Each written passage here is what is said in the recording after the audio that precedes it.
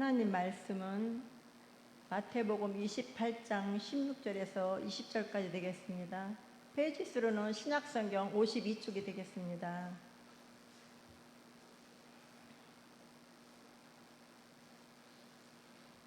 다 찾으신 줄 알고 제가 대독하겠습니다. 11 제자가 갈릴리에 가서 예수께서 지시하신 산에 이르러 예수를 배웠고 경배하나 아직도 의심하는 사람들이 있더라. 예수께서 나와 말씀하여 이르시되 하늘과 땅의 모든 권세를 내게 주셨으니 그러므로 너희는 가서 모든 민족을 제자로 삼아 아버지와 아들과 성령의 이름으로 세례를 베풀고 내가 너희에게 분부한 모든 것을 가르쳐 지키게 하라. 볼지어다 내가 세상 끝날까지 너희와 항상 함께 있으리라 하시니라. 아멘. 모든 권세를 내게 주셨으니 하는 제목으로 한 목사님 말씀 전하실 때 많은 은혜 되시기 바랍니다.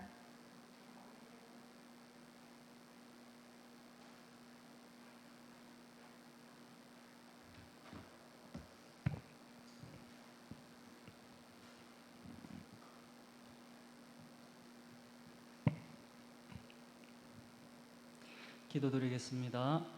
살아계신 하나님 아버지 은혜를 감사드립니다. 우리 사랑하는 성도님들 또 함께 예배드릴 수 있도록 인도해 주심을 감사드립니다. 오늘은 특별히 권사의 연한 예배로 드립니다. 교회를 위해서 눈물과 기도로 수고하고 헌신하는 것 위에 하늘의 신령한 복과 땅의 기름진 복으로 채우시고 갚아주실 줄 믿습니다. 부족한 자 말씀 들고서 싸우니 전하는 자나 듣는 자 이 말씀 성령으로 깨달아 순종함으로 열매 맺는 믿음 될 수 있도록 역사하여 주시옵소서. 감사드리며 예수님 이름으로 기도드립니다. 아멘. 우리 앞뒤 좌우로 인사하겠습니다. 오전보다 멋있어지셨습니다. 오전보다 아름다워지셨습니다. 밥을 잘 먹어서. 네. 우리 신평교회는 시무 권사님이 1,500명이 계십니다. 아까 15분 나오셨으니까 일당 100 이러면 1,500명인 줄 믿습니다. 뻥을 때려도 이렇게. 권사님들 보면서 이런 생각이 들었습니다. 아, 우리 신평교회 소녀시대가 여기 계셨구나. 얼마나 아름다운 목소리로 찬양 드리시는지. 그리고 오늘 찬양 드렸던 그 찬양에 오늘 말씀의 모든 내용이 들어있어서 굳이 설교를 해야 되나 이런 생각도 했고 그랬습니다만 또 목사님 모시고 처음으로 권사회로 모이신 거 맞죠? 목사님 권사회 연합 예배를 아니십니까? 네, 그래서 담임 목사님께서 또 특별히 말씀을 전해주시는 게 안 좋겠나 싶었는데 또 저보고 준비를 잘 해 주시기를 말씀하셔서 잘은 못했지만 말씀을 함께 나눴으면 좋겠습니다. 오늘 읽었던 마태복음 28장 16절에서 20절까지 특별히 19절에서 20절 가서 모든 제자 삼아 세례를 베풀고 가르쳐 지키게 하라. 볼지어다 내가 세상 끝날까지 너희와 함께 있다. 이 말씀은 예수님의 이 대위임령이죠. 유명한 구절입니다. 우리 모든 예수를 믿는 개인이나 교회나 다 이 명령에 책임이 있습니다. 하지만 이 명령은 조금 그 뜻이 한국 교회는 제대로 이해되지 않는 것 같습니다. 그래서 우리는 너무 이 말씀을 따라 문자 그대로 가기에 바쁘고, 그러므로 너희는 가서 그러니까 우리는 어디든지 가야 된다 이러고, 또 제자를 삼기에 바쁘고, 그래서 가르치기에 바쁩니다.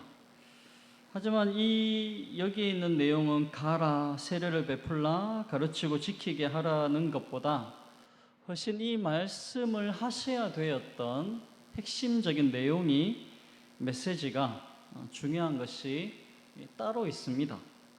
그건 뭐냐면 예수님께서 부활하시고 로마로 가지 아니하시고 또 부활하셔서 빌라도의 법정으로 가지 아니하시고 왜 갈릴리로 가셨는가 하는 것의 연장선상에서 이 말씀이 이해되어야 됩니다.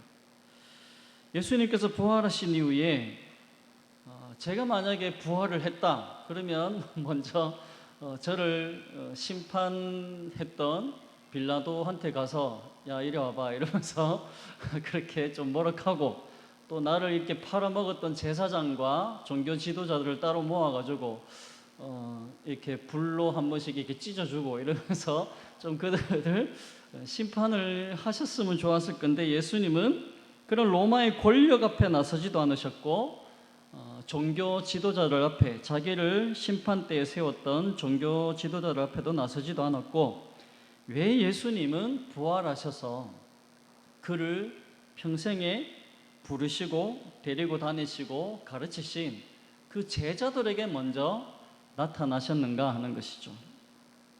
그 이유는 이것입니다. 바로 따라할까요? 교회를 세우기 위해서. 예수님은 이 세상에 오신 목적이 어떤 정부를 뒤엎거나 나라를 세우거나 독립운동하거나 사회운동하려고 오신 게 아니었죠. 예수님은 교회를 세우려고 오셨습니다. 마태복음 16장 18절에 이렇게 말씀하십니다. 또 내가 네게 이르노니 너는 베드로라. 내가 이 반석 위에 뭘 세우겠다? 내 교회를 세우리니 음부의 권세가 이기지 못하리라.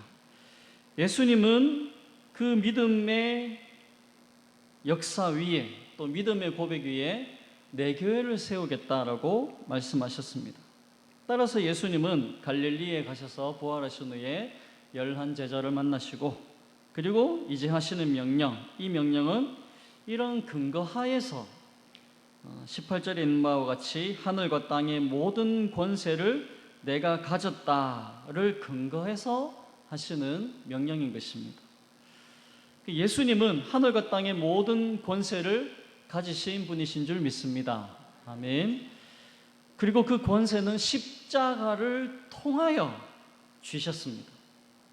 그가 가지시는 모든 권세, 온 우주와 온 피조물을 다스리는 그 권세와 통치권이 이제 그 안에 존재하는 모든 존재들에게 그 권세로 이제 순종을 요구하시는 것입니다.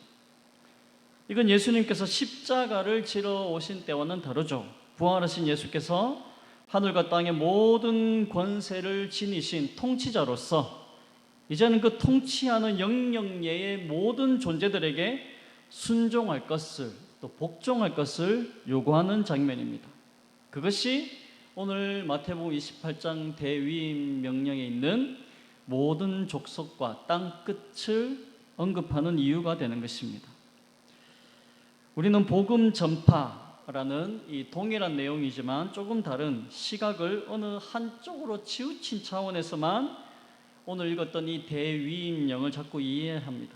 그래서 가기에 바쁘고 전도하기에 바쁘고 교육하기에 바쁜데, 오히려 예수님은 하나님께서 온 우주 만물의 통치자 되심을 근거로 해서 내용으로 하고 있는 그 필수적인 결과로서 요청을 너희는 순종해라, 복종해라. 그 권세는 누구에게 있다? 이제 예수님께 모든 권세가 주어진 것이다 라고 말씀하는 것입니다. 그래서 19절에 있는 바와 같이 그러므로 너희는 가서 모든 민족을 제자로 삼아 아버지와 아들과 성령의 이름으로 세례를 베풀고 해서, 여기 모든 민족, 즉 이 대위임령의 진정한 의미가 뭐냐 하면 몇 가지가 있습니다. 첫 번째로는 앞에 나와 있는데요, 하나님의 백성이 되는 조건, 이 대위임령은 하나님의 백성이 되는 조건, 구약에서는 어떻겠습니까? 율법을 받고 할례를 행하는 것으로 하나님의 백성이 되었다면, 이제 이 대위임령을 통하여서 모든 권세를 예수님께 주심으로 이제는 하나님의 백성이 되는 조건이 변화가 된 것이죠. 예수 그리스도의 십자가로 이루어진 것입니다. 두 번째로는 세례, 하나님의 성부 하나님의 이름으로 세례를 줬다면, 아버지의 이름으로 세례를 줬다면 이제 아들의 이름, 예수의 이름으로도 세례를 줄 것을 요구가 되는 것입니다. 그리고 세상과의 구별이 성부 하나님일 뿐만 아니라 성자 하나님, 성령 하나님, 삼위 하나님에게 공통적으로 돌려지고 있고, 그리고 이 대인 위임령을 보면 예수님께서 내가 너희에게 분부한 모든 것을 가르쳐 지키게 하라.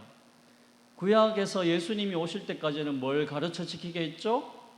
모세를 통하여 주신 율법을 가르쳐 지키겠다면, 이제 예수님에게 권세가 주어주심으로 예수 그리스도의 복음이 전해지도록 이 최상의 권위를 주신 것입니다. 그리고 마지막 이 대위임령의 마지막 말씀, 내가 세상 끝날까지 너희와 함께 있는다. 이 약속은 주님께서 우리와 함께 하심으로 예수 그리스도의 통치, 그리고 그 통치의 불변함, 그리고 그분이 우리를 통치하심으로 말미암아 음부의 권세가 이기지 못하는, 결국 우리는 영원한 승리자가 될 것이고 교회는 궁극적인 승리를 이루게 된다라는 약속이 이 대위임령 말씀 속에 있는 것입니다. 옆에 분에게 물어보실까요? 믿으십니까? 아멘이십니까? 모든 권세를 내게 주셨으니가 중요한 것입니다. 모든 권세가 예수님에게 주어졌습니다. 그리고 교회는 그 예수 그리스도의 권세 앞에 순종과 복종을 해나가는 자로 존재하는 것입니다. 왜 이런 내용들이 강조되어야 되느냐?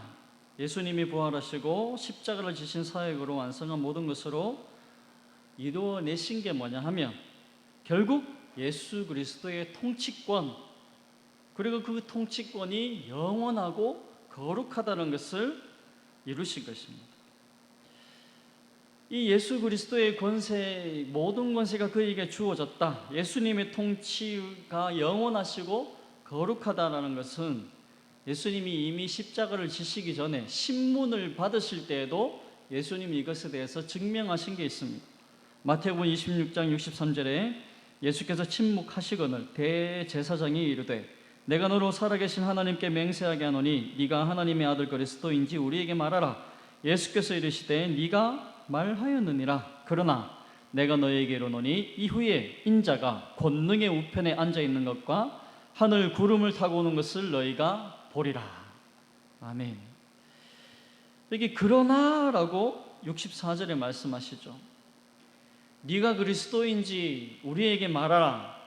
맞다, 네가 말했다. 제사장에게 예수님이 말씀하셨죠. 그리고 거기에 그러나라는 말씀을 예수님이 하십니다. 그러니까 이건 잠시 이런 멈춤이 있는 것입니다. 대제사장이 예수님에게 네가 잡혀온 주제에 그 꼴로 그리스도란 말이냐? 예수님은 그래, 난 그리스도다. 그러나 이건 그거죠. 제사장인 네가 볼 때에는 내가 패배자 같고 약한 자 같지만 그러나 내가 너에게 이르노니 이후에 내가 권능의 우편에 앉은 것과 하늘 구름을 타고 오는 것을 너희가 보리라. 결국 예수님의 권능과 권세는 이루어진 것입니다. 여러분, 이 말씀은 어떻게 1차적으로 이루어졌습니까? 예수님의 부활로 이루어졌습니다. 사망의 권세를 깨뜨리시고 어둠의 권세를 깨뜨리셨습니다. 그리고 그 부활하신 주님께서 자신의 그 부활을 그런 자신을 팔았던 사람들에게 나타내심으로 자신의 권능을 답변하신 게 아니라 예수님은 그 권능을 부활하시고 그리고 그 부활하심으로 새롭게 만들어진 공동체, 교회, 그 영혼들, 그 제자들을 통해서 예수님의 권능을 증가하시기 시작합니다. 그게 어디서 나타났느냐? 사도행전에서 나타났죠. 사도행전 3장 1절에 보시면 제9시 기도 시간에 베드로와 요한이 성전에 올라가세 나면서 못 걷게 된 이를 사람들이 메고 오니 이는 성전에 들어가는 사람들에게 구걸하기 위하여 날마다 미문이라는 성전문에 두는 자라. 그가 베드로와 요한이 성전에 들어가려 함을 보고 구걸하거늘 베드로가 요한과 더불어 주목하이르되 우리를 보라 하니 그가 그들에게 무엇을 얻을까 하며 바라보거늘 베드로가 이르되 은과 금은 내게 없거니와 내게 있는 이것을 네게 주노니 같이 할까요? 나사렛 예수 그리스도의 이름으로 일어나 걸으라. 할렐루야. 아멘. 예수 그리스도의 이름으로, 교회는 예수 그리스도의 이름으로, 다시 말해 예수 그리스도의 권능을 힘입어 여기에 예수 그리스도의 권능과 영광이 나타나는 것입니다. 그 통치를 받는 성도들을 통해, 그 영혼들을 통해 예수님의 통치를 수용하고 믿고 순종하는 공동체를 통하여서 그리스도의 이름의 권세, 영광, 권능이 나타나고 있는 것입니다. 예수 그리스도의 이름으로, 바로 이것이 마태복음 28장에서 말씀하셨던 그 대위 명령에 있는 모든 권세를 내게 주셨으니, 그래서 교회는, 성도들은 예수 그리스도의 그 권세를 힘입어 예수 그리스도의 이름으로 살아가는, 존재하는 공동체가 된 것입니다. 하지만 우리는, 한국교회는 신자의 확인을 전부 어느 순간에서부터 이벤트성으로 하기 시작했습니다. 개인으로나 교회로나 개인 신앙의 확인도 어떤 선행, 어떤 사회적인 일들, 봉사, 종교적 행사, 이런 걸로 확인을 했고, 교회들도 교회라는 단체로 그 크기를 더 크게 해서 무슨 회, 무슨 봉사, 무슨 이웃 돕기, 구제, 그런 것들은 다 미덕이기는 합니다. 하지만 그것으로 기독교 신앙을 표현하는 유일한 기독교의 본질을 설명하는 것이라면 그 방법은 틀린 것입니다. 그건 너무나 가난한 방법을 쓰는 것입니다. 오히려 저와 여러분들은 교회는 세상적인 시각에서 가치를 주는 그런 윤리 도덕적인 차원에서의 선을 행하는 게 우리의 핵심이 아니라, 죄와 사망에서 구별되어졌고 십자가를 지시고 죽으사 부활하사 세우신 그 나라와 거룩한 백성이라는 측면에서 우리는 하나님을 아버지라 부르고, 그리고 십자가 지신 예수를 주라 부르는 그 고백에 걸맞는, 그 고백까지는 가장 본질된 내용으로 우리는 세상과 구별되는 내용, 가치로 세상 앞에 존재해야 됩니다. 이것이 예수님이 말씀하셨던 모든 족속에게 우리가 가는 일입니다. 그리고 그것은 모든 그 안에 있는 족속들에게 요구하고 있는 일이기도 합니다. 앞에 한번 읽어볼까요? 자막 다시 시작. 그리스도인은 윤리도덕적 차원의 선을 넘어 십자가와 부활을 통해 이루신 죄와 사망에서 구별된 하나님의 나라와 거룩의 측면에서 구별되는 내용과 가치로 이 세상에 존재해야 하는 것입니다. 말이 좀 어렵죠. 이게 무슨 말이냐? 사도행전 1장 8절에 같지만 다르게 표현된 걸 볼 수 있습니다. 사도행전 1장 8절, 오직 성령이 너에게 임하시면 너희가 뭘 받고? 권능을 받고 예루살렘과 온 유대와 사마리아와 땅끝까지 이르러 내 증인이 되리라 하시니라.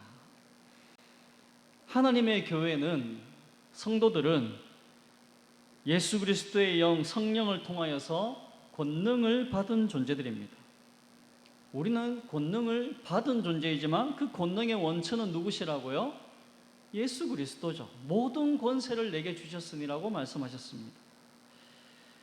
근데 우리는 이 사도행전 1장 8절이나 마태복음 28장의 대위임령의 말씀을 통하여서 문자 그대로 너무나 땅끝까지 가는 일과 증인이 되는 이 미션에 치우친 신앙의 형태를 가지고 있는 건 사실입니다. 물론 그 미션에 아무리 치우쳐도 괜찮습니다. 하지만 신앙의 균형이라는 면에서 볼 때 너무 미션에 치우쳐 있습니다. 미션에 아무리 치우쳐도 부족하죠. 하지만 균형에 있어서는 치우치는 건 위험한 것입니다. 성령이 너에게 임하시는 권능, 여기서 말하는 성령이 임하시는 권능이라는 것은 물론 오순절 성령 강림이 있었습니다. 베드로가 나서서 그 기타 넘는 장렬한 설교를 했습니다. 그 설교를 통해 신자의 수가 몇천 명씩 불어났습니다. 한국교회는 그걸 보고 우리도 이 몇천 명의 부흥을 위해서 전도하고 미션하고 성령의 권능을 받자, 이렇게 가기 시작했습니다. 하지만 여러분, 사도행전을 따라합시다. 끝까지 잘 읽어봐야 됩니다. 항상 성경은 끝까지 잘 읽어보셔야 됩니다. 이 성령의 권능은 사도행전 2장 42절에 이렇게 결론을 내리는 것을 볼 수 있습니다. 같이 읽어볼까요? 시작. 그들이 사도의 가르침을 받아 서로 교제하고 떡을 떼며 오로지 기도하기를 힘쓰니라. 사람마다 두려워하는데 사도들로 말미암아 기사와 표적이 많이 나타나니 믿는 사람이 다 함께 있어 모든 물건을 서로 통용하고 또 재산과 소유를 팔아 각 사람의 필요를 따라 나눠주며 날마다 마음을 같이하여 성전에 모이기를 힘쓰고 집에서 떡을 떼며 기쁨과 순전한 마음으로 음식을 먹고 하나님을 찬미하며 또 온 백성에게 칭송을 받으니 주께서 구원받는 사람을 날마다 더하게 하시니라. 아멘. 여기 나타나는 성령의 임재의 권능은 그들이 죄와 사망에서 벗어난 삶을 살고 있는 데 작용한, 거기에 성령께서 권능으로 힘을 주시고 인도하시고 그리고 성공시키신 하나님의 개입이었습니다. 그 성령의 임재와 권능을 입은 사람들은 죄에서 벗어나고 있는 것입니다. 자기를 사랑했고 자기를 자랑했고 자기의 이익을 쫓았고 그것을 위해서 이웃을 해치는 더러움과 악함과 이기적인 자리로부터 벗어나서 어떻게 되기 시작했습니까?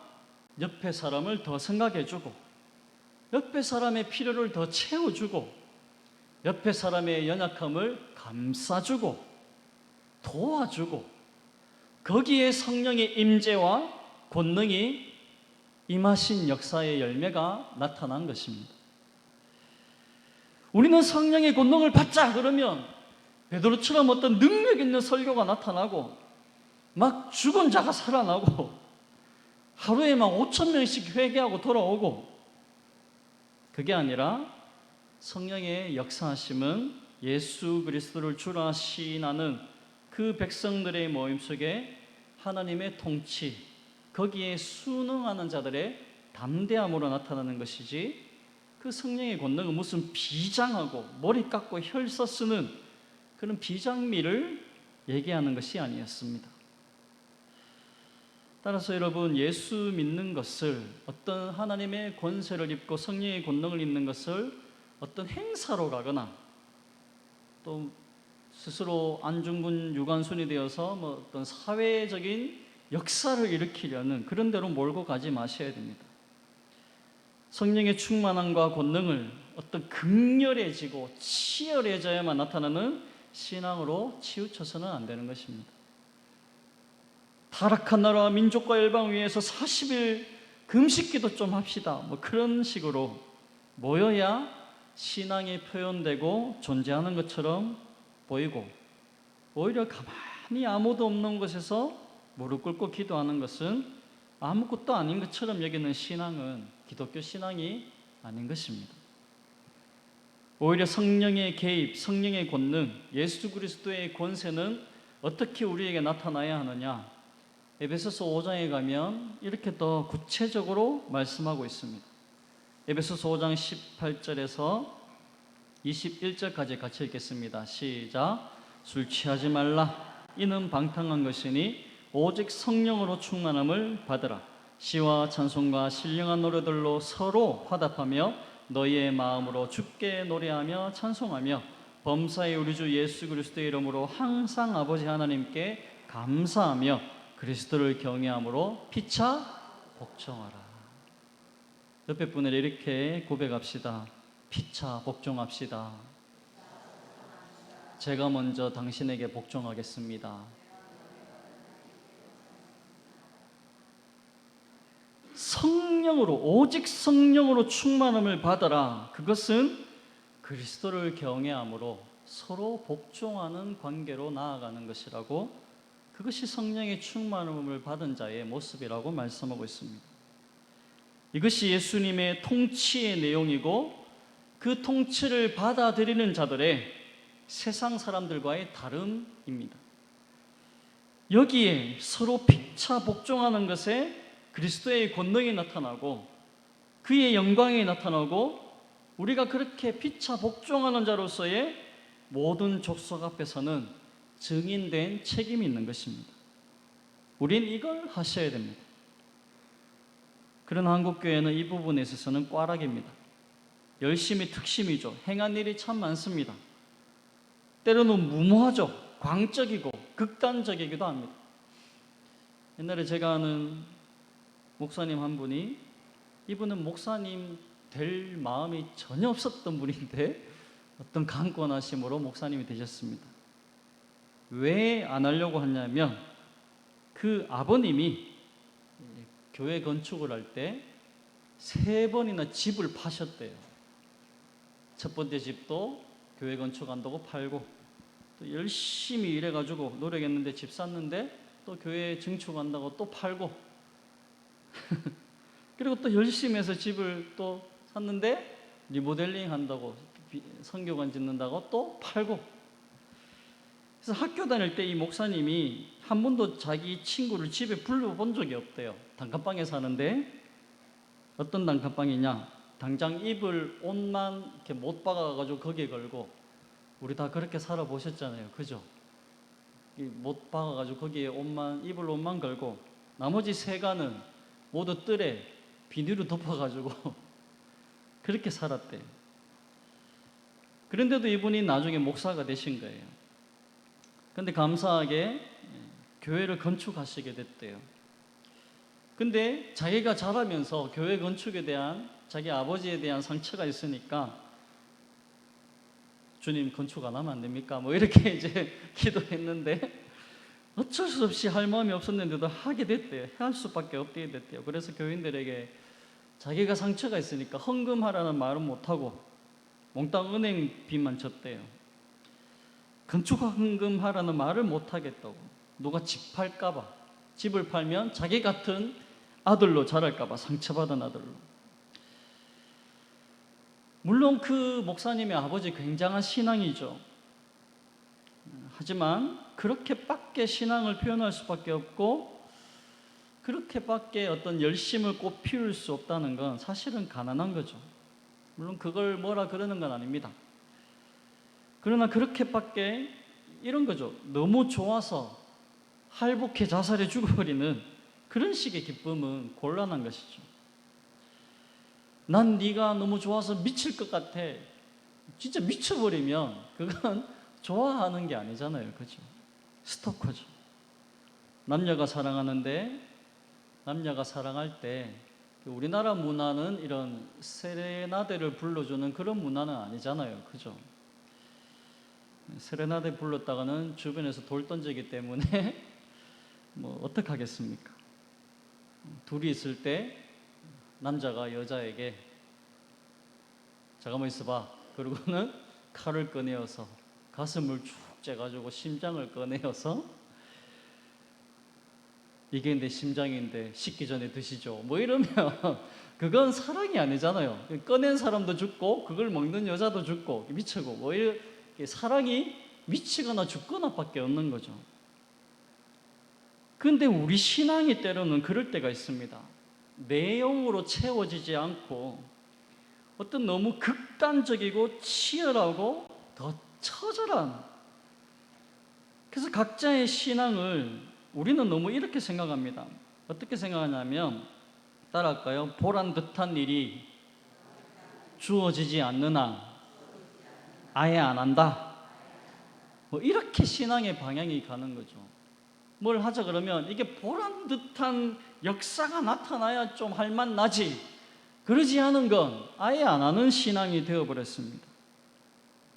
기도해 합시다.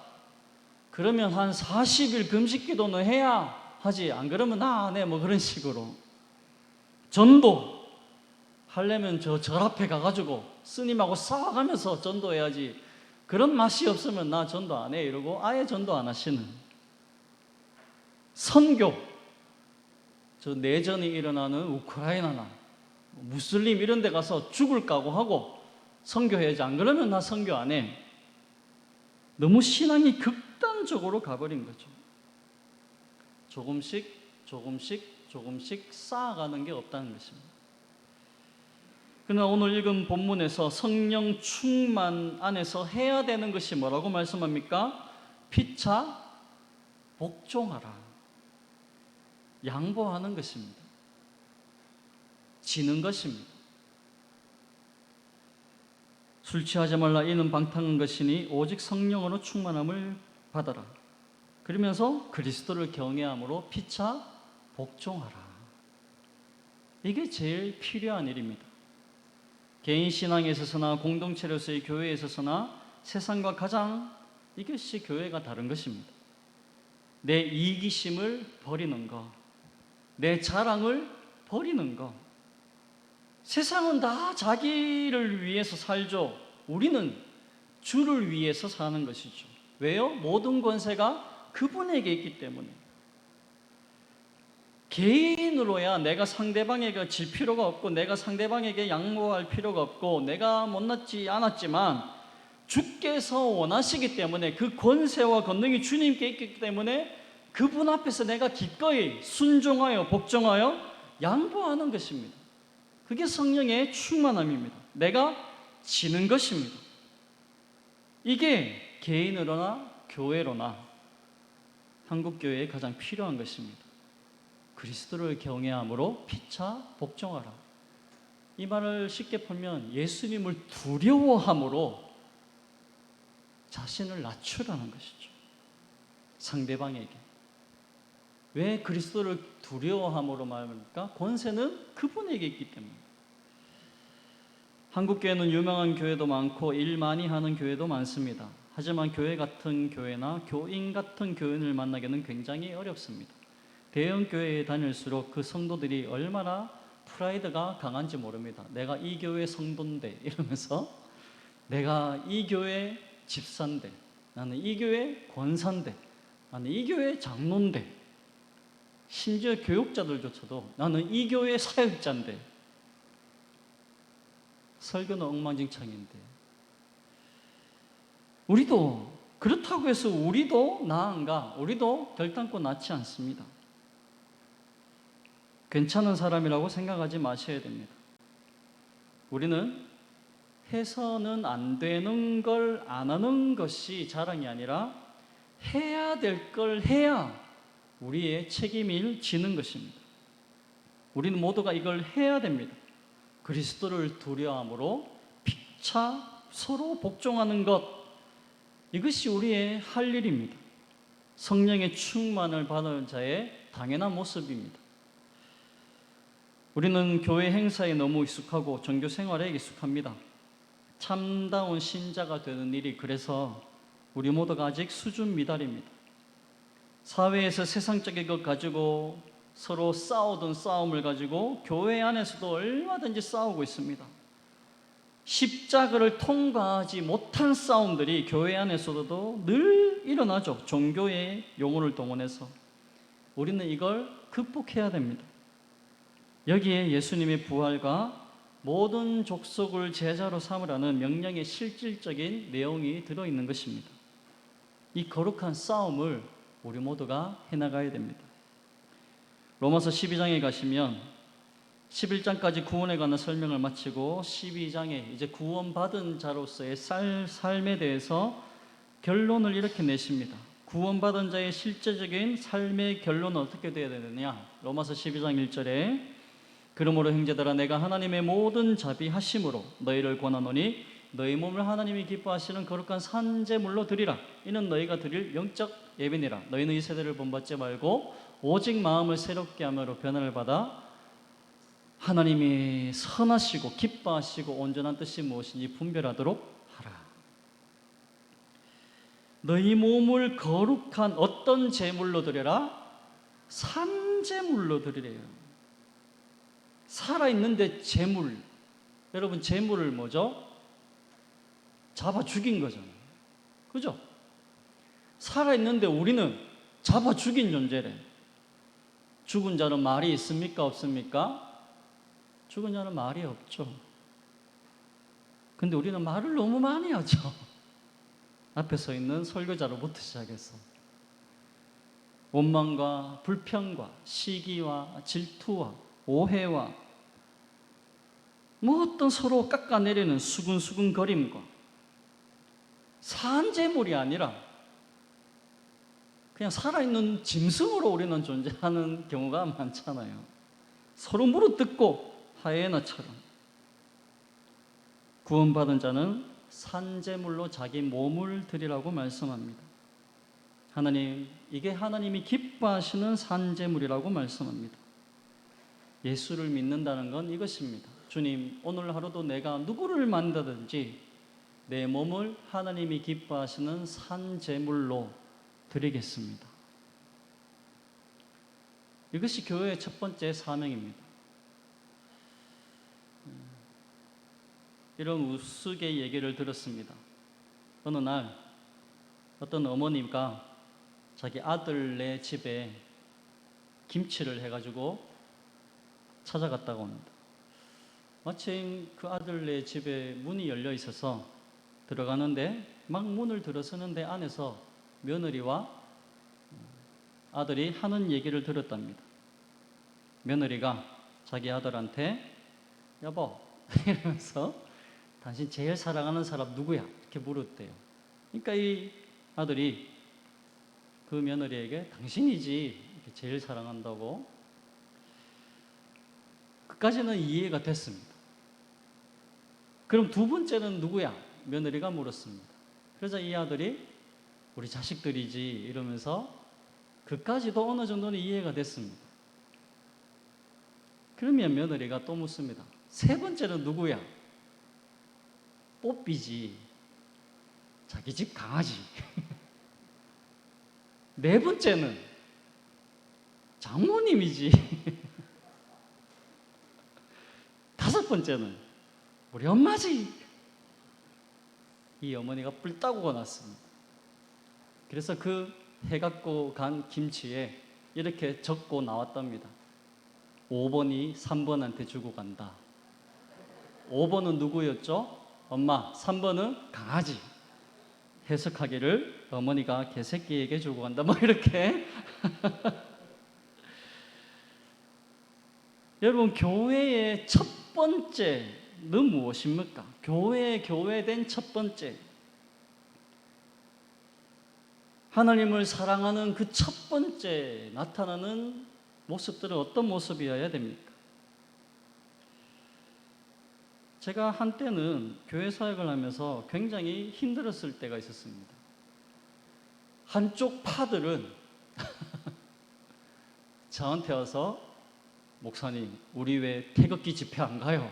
그러시고 또 한쪽 파들은 오셔가지고 목사님, 우리는 왜 촛불 집회 안 가요? 그래서 태극기와 촛불이 신나게 싸웠던 적이 있습니다. 교회 안에서 정치적으로. 제가 하루는 불 따고 나서 오후 예배 때 신랄하게 뭐라한 적이 있습니다.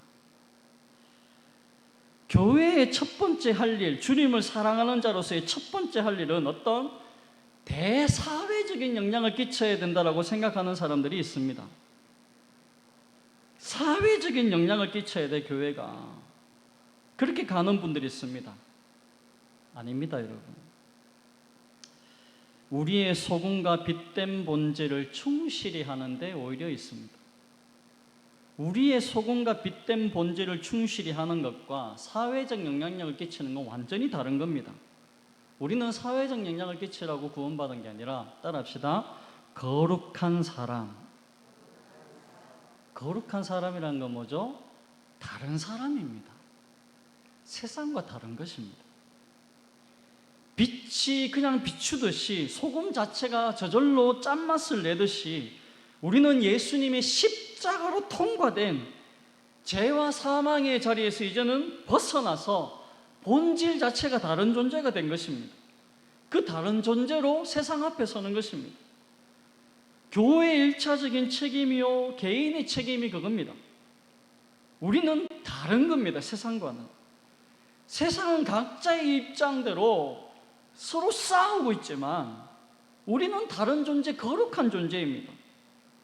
어떤 존재입니까? 우리는 세상의 가치관으로 지배를 받는 게 아니라 우리의 권세는 누구에게? 모든 권세는 내게 주셨으니 예수님께 있는, 따라서 우리는 어떻게 다릅니까? 예수님의 통치만을 내 삶에 적용하고 실천해야 됩니다. 에베소서 5장에서 아까 읽었던 성령 충만 받아라, 피차 복종하라 하시면서 뒤에 무슨 얘기가 계속 나오냐면 부부 얘기, 부모 얘기, 자녀 얘기, 상전에 관한 얘기, 종에 관한 얘기 이렇게 나옵니다. 에베소서 5장 18절 6장까지 구조가 이렇습니다. 술 취하지 말라, 방탕한 것이니 성령으로 충만함을 받아라. 그러면 성령의 충만함을 받은 게 어떤 모습이냐? 22절에 아내들이여. 성령의 충만함을 받은 게 어떤 것이냐? 25절에 남편들아. 성령의 충만함을 받은 게 어떤 것이냐? 6장 1절에 자녀들아. 또 아비들아, 종들아, 상전들아. 그러면서 10절의 끝으로 너희 모두가, 즉 성령의 충만함을 받은 것은 우리가 현실에서 만나고 있는, 경험하는 그 현실들에서 어떻게 살아가느냐입니다. 거룩하게 달라야 돼. 어떻게 다릅니까? 세상 부모와 다른 부모가 되라. 이 자식들, 세상 자식들과 다른 자식들이 되라. 부모에게. 부부, 세상 가정과 다른 가정을 이뤄라. 직장에서 직원들은 세상 직원들하고 다른 직원들이 되라. 사장님들 또 오너들은 세상의 사장이나 오너와 다른 사장과 오너가 되라. 리더십을 가진 자들은 세상 사람들과 다른 권세, 다른 리더십을 가지고 그 경영을 운영해 가라. 가정을 이루어가고 자기의 삶을 만들어 가라 말씀하십니다. 그런데도 우리는 무슨 십자군을 만들어 가지고 깃발 꽂고 칼과 창과 활을 들고 나가서 멋지게 싸우는 싸움을 하려고 합니다. 그게 아니라 우리는 피차 복종하는 자로서, 성령의 충만함을 입은 자로서, 예수 그리스도의 권세 앞에 복종하고 순종하는 자로서 어두움을 물리치고 여러분이 계신 곳에 악함과 더러움을, 부패함을 막는 그런 사람으로 사는 것이 그리스도께서 요구하는 것이요, 그의 영광에 나타나는 것이요, 그의 통치가 이루어지는 것이요, 그의 권능을 드러내는 것임을 믿고 우리는 그렇게 지켜내고 살아가야 하는 것입니다. 그것을 지켜내지 못하면 개인이든 교회든 신자로서의 책임을 실패한 것입니다. 말씀을 맺겠습니다. 마태복음의 가장 중요한 주제는 예수 그리스도는 누구인가? 입니다.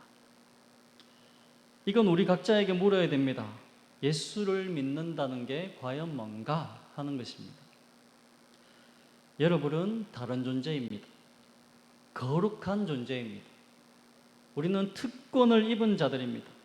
특권을 입었다면 그 특권에 맞는 책임이 있습니다.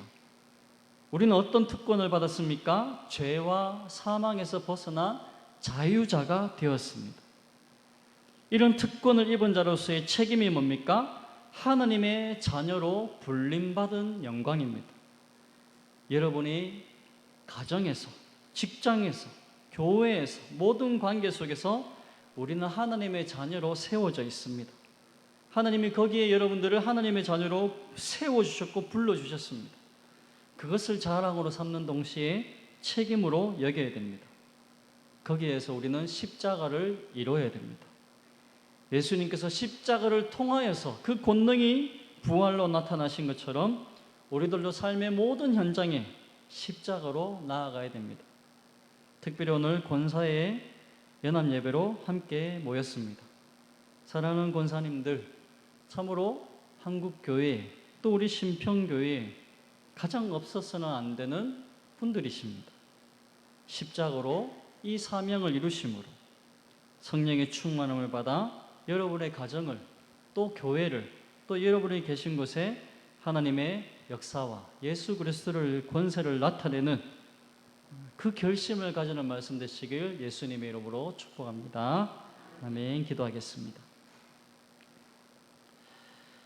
살아계신 하나님 아버지 은혜를 감사드립니다.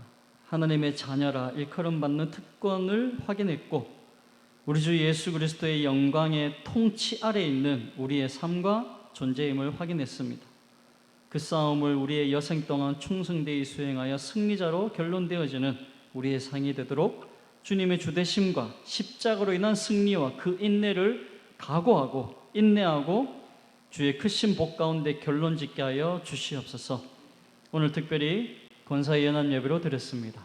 사랑하는 권사님들, 오늘 말씀을 기억하고 예수 그리스도의 권세 아래 하나님이 세우신 이 교회를 기둥처럼 쓰임받는 자들 되게 하시고 우리뿐만 아니라 우리 여기에 있는 모든 말씀을 들은 심령들이 이제 세상으로 나아가 내가 어떻게 거룩한 자로 구별함을 받았는가를 알고 거기에 순종해 나감으로 성령의 역사와 예수 그리스도의 권세를 나타내는 자로 승리할 수 있도록 도와주시옵소서.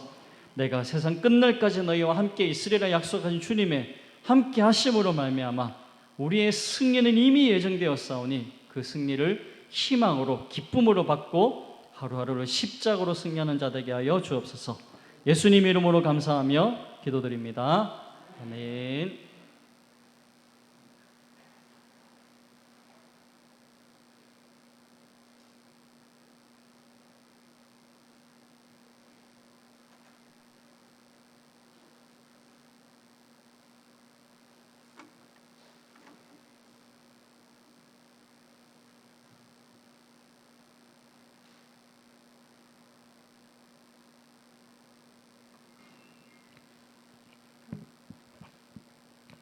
감사합니다. 예수님의 권세 앞에 순종하고 복종하는 우리 신평의 모든 성도님들이 다 되시기를 바랍니다. 찬송가 340